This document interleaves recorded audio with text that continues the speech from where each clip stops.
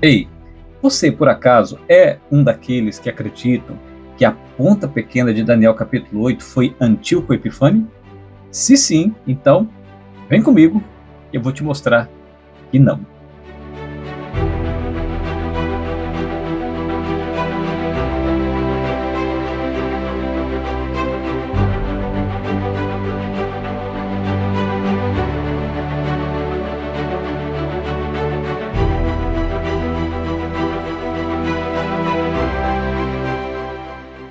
Muitos acreditam que a ponta pequena de Daniel capítulo 8 se cumpriu em Antíoco Epifânio. Mas eu vou mostrar para você agora oito evidências que provam definitivamente que Antíoco Epifânio não foi, em nenhuma hipótese, a ponta pequena de Daniel capítulo 8. Primeiro, em Daniel capítulo 8, verso 20 a 25, apresenta a ponta pequena como símbolo de reino grande. Neste caso, embora Antíoco Epifânio tenha perseguido os judeus e profanado o santuário terrestre, ele não poderia ter sido a ponta pequena, porque não foi um rei sobressalente, não foi notoriamente grande e também não realizou grandes conquistas, como a Bíblia descreve a ponta pequena. Segundo, em Daniel capítulo 8, verso 9, 10 e 11, aparece 3 vezes a palavra gadalo, que significa engrandecer. O verbo gadalo ocorre apenas uma vez para descrever o Império Persa e o Império Grego, mas aparece 3 vezes para descrever a ponta pequena.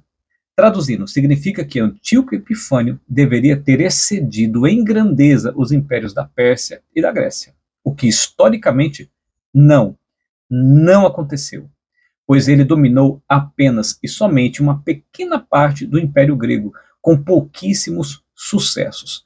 Parece improvável que o tribunal celestial descrito em Daniel tivesse sido convocado em tão magnífica escala a fim de julgar alguém tão pequeno como Antíoco Epifânio.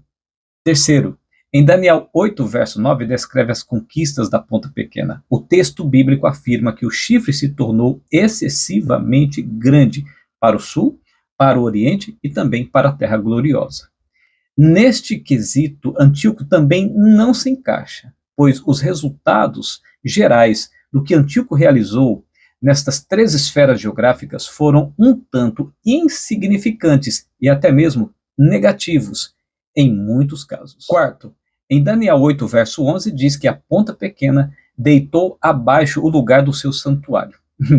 Esse lugar aparece em hebraico como Macom, que significa habitação celestial. É possível aplicar isto ao que os romanos fizeram ao templo sagrado no ano 70 depois de Cristo, mas Antíoco nunca fez nada ao templo que pudesse ser qualificado como deitando abaixo o seu lugar. Embora haja profanado, tanto quanto se conhece, ele não danificou sua arquitetura de qualquer maneira significativa. Quinto, em Daniel 8, verso 23, descreve o tempo de origem através da expressão no fim do seu reinado. O surgimento do chifre pequeno é datado em função dos 4 reinos que procederam do império de Alexandre. Lembra? Ele deveria surgir no fim do seu reinado. É o que diz o texto bíblico, no fim do seu reinado.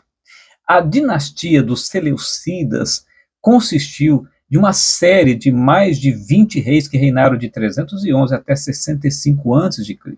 Bom, no caso de Antíoco Epifânio, ele foi o 8º da série, reinando de 175 a 164 a.C., sendo que mais de uma dúzia reinaram depois dele e menos de uma dúzia reinaram antes dele. Então, dificilmente poderia ser dito que ele surgiu no fim do seu reinado. Sexto, a profecia de Daniel 8, verso 14, afirma que o santuário seria purificado depois de 2.300 tardes e manhãs. Para ajustar o tempo profético de profanação do santuário com o tempo de gestão de Antíoco Epifânio, alguns apelaram para o argumento de que 2.300 tardes e manhãs representam, na verdade, 1.150 dias. Alguns afirmam que a soma de uma tarde e uma manhã deve ser entendida como metade de um dia, enquanto que outros apelam para os rituais do sacrifício que ocorriam pela manhã e também pela tarde. Mesmo que fosse possível comprimir os 2.300 dias para 1.150 dias, ainda assim não seria possível ajustar a Antíoco Epifânio. Por quê? Simples, porque Antíoco Epifânio não reinou mais do que 1.090 dias. Sétimo, em Daniel 8, verso 17 e 19, revela que a profecia de Daniel 8,14 não pode se tratar de 2.300 dias literais, mas dias simbólicos representando anos. Por quê? Os versos 17 e 19 afirmam que a profecia teria o seu cumprimento no tempo do fim. Está lá, no tempo do fim.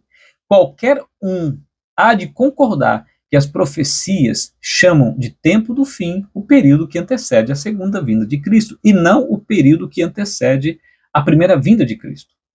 Mais uma vez, fica evidente que a profecia não tem absolutamente nada a ver com Antíoco Epifânio. Oitavo, em Daniel 8, verso 9, diz que a ponta pequena surgiria de um deles. A palavra deles no hebraico é masculina, enquanto que chifre é feminina. Partindo desta premissa da sintaxe dos versos 8 e 9, é evidente que, quando o chifre surgiu no cenário de atividades, ele não veio do chifre Seleucida, nem dos outros 3 chifres. Na visão, ele é simplesmente visto como vindo de uma das direções da bússola. Assim, a sintaxe dessa declaração não apoia o ponto de vista de que o chifre pequeno se desenvolveu do reino Seleucida. Desta forma, é completamente inviável aplicar a Antíoco Epifânio. Como visto, Antíoco Epifânio não se ajusta a nenhuma referência que apresenta identificação para a ponta pequena de Daniel. Mas então, quem seria essa ponta pequena? Comenta aí embaixo o que você achou deste vídeo. Coloque aí também, eu quero saber quem é a ponta pequena de Daniel capítulo 8. E você verá a resposta logo mais em um novo vídeo. Um abraço.